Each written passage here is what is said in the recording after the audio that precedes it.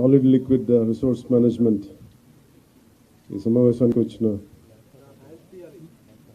స్వచ్ఛంద్ర corporation అధికారులకి, పంచాయతీరాజ్ అధికారులకి, rural water supply అధికారులందరికీ, అలాగే principal secretary PR Shri Shashibhushan గారికి, మెంబర్ సెక్రటరీ శ్రీ కన్బాబు గారికి,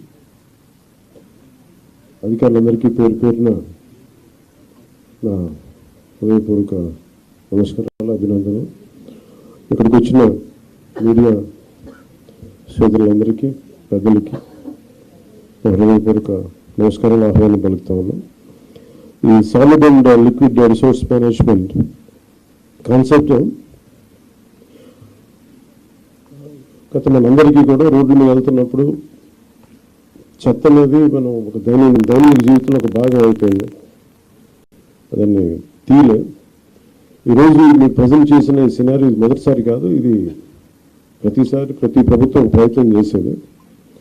కాదు, ఇది ప్రత్యేకించి మేము ఎందుకు దీన్ని కొంచెం కమిటెడ్గా తీసుకెళ్ళాలి అని అనుకుంటున్నాం అంటే, మన దేశం నదులకి, సాంప్రదాయాలకి చాలా విలువ ఇచ్చే దేశం ఇది. నీటి వనరులకి, నీరు కనిపిస్తే దాన్ని గంగాజలం అనుకుంటాం. ఏ మూల చిన్న బావి కనిపించినా దాంట్లో మంత్రోక్తం చేసి దాన్ని గంగాజలం అనుకుంటాం. మనం బేసిక్గా పంచభూతాల మీద మనకు చాలా గౌరవం ఇచ్చే సమాజం ఇది. కానీ దురదృష్టవశాత్తు అది పూజా పునస్కారాలకి అది పరిమితం అయిపోయింది, కానీ దైనందిక జీవితంలో అది రావట్లేదు. ఉదాహరణకి ఇందాక మీరు చూసిన విషయం ఒకటి, అనుమతుడు డ్రైన్ చూస్తే భీమవరం టౌన్లో చూస్తే అది ఒక 90 మీటర్లు ఉండే ఒక డ్రైన్, అది పంటకాలం. ఆ పంటకాలాన్ని దాదాపు ఇంక వేరే ఏం లేక అందరూ దాని ఒక డంపింగ్ యార్డ్గా వాడేశారు. కిలోమీటర్ లెక్కన ఉంటుంది. అందరూ అక్కడ వేసేయటం, అది ఏం చేస్తారు, మళ్ళీ వర్షాలు వచ్చేటప్పటికి అది మొత్తం వర్షాలు వస్తే కొట్టుకెళ్ళిపోయి మళ్ళీ సముద్రంలో కలిసిపోతూ ఉంది.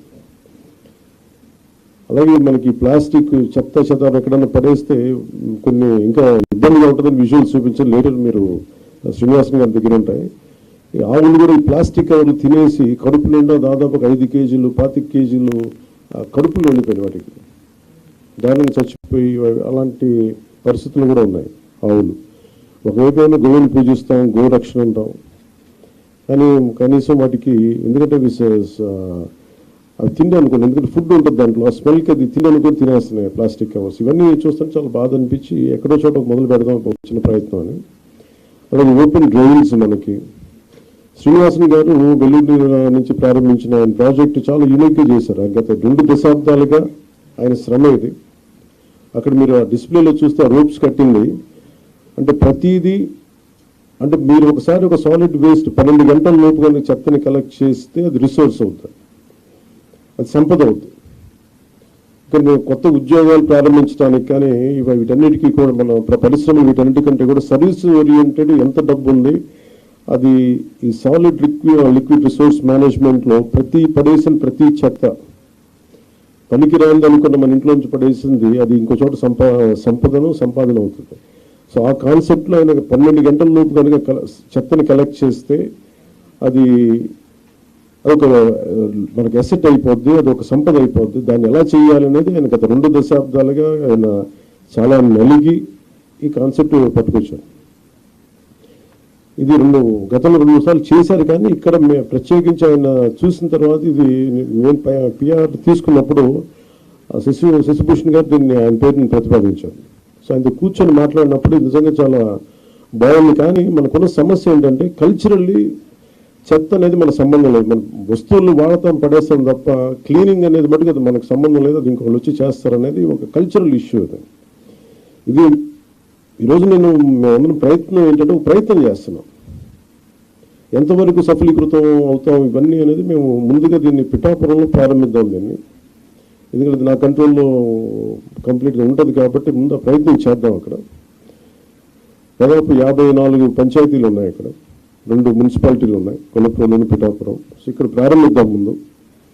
దాంతోపాటు ఇది 2 రకాలుగా ప్రతిపాదిస్తున్నాం. ఒకటి, ఇలాంటి సెల్ఫ్ హెల్ప్ గ్రూప్స్ ద్వారా ఒక 6 మంది ఉండి, ఇప్పుడు మీరు ఇందాక చెప్పిన విధానంగా వాళ్ళ ద్వారా కలెక్ట్ చేయడం, ఎవ్రీ డేకి రోజుకి 2 సార్లు ఈ చెత్తని కలెక్ట్ చేయడం, సెగ్రిగేట్ మనం ఎక్కడైతే సెపరేట్ చేస్తారో ఆ యూనిట్స్కి పట్టుకెళ్ళడం. ఇది ప్రజలు కూడా బాధ్యత తీసుకుంటే అవుతుంది. కేవలం ఒక మేము పడేయటమే మా బాధ్యత అంటే సెగ్రిగేషన్లోనే చాలా చాలా బాధ్యత తీసుకోవాలి. అది ప్రయత్నం చేస్తుంది. ఈ కల్చర్ మనం ఇంజెక్ట్ చేయకపోతే భవిష్యత్తుకి ఇది మనందరికీ మనకి చాలా ఇబ్బందిగా పరిస్థితులు వస్తాయి.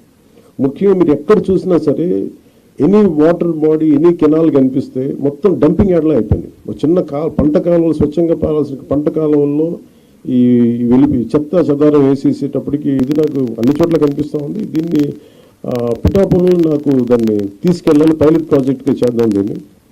అలాగే ఇండివిజువల్స్ కూడా దీన్ని చేయొచ్చు, ఇంక్లూడింగ్ ఒక అపార్ట్మెంట్ల సముదాయం కావచ్చు, ఇండివిజువల్ హౌస్ కావచ్చు, వాళ్ళకు కూడా దీన్ని గ్రూప్గానే కాకుండా ఒక 250 ఇళ్ళకే కాకుండా వ్యక్తులుగా కూడా ఒక కుటుంబం చేయాలనుకుంటే ఏం చేయొచ్చు, అలాంటి ప్రతిపాదనలు కూడా శ్రీనివాసన్ గారి దగ్గర ఉన్నారు. వీటికి ముందస్తుగా మేము చేయదలుచుకుంది ఏంటంటే ఒక మాస్టర్ ట్రైనర్స్ని తయారు చేద్దాం. ఒక 50 మంది నుంచి 70 మంది మాస్టర్ ట్రైనర్స్ని తయారు చేసి ఈ కాన్సెప్ట్ని ఎక్కువ మందికి అర్థమయ్యేలా చెప్పి దీన్ని ముందుకు తీసుకెళ్ళాలి. దాంట్లో భాగంగా మిమ్మల్ని అందరినీ ఇక్కడ పిలవడం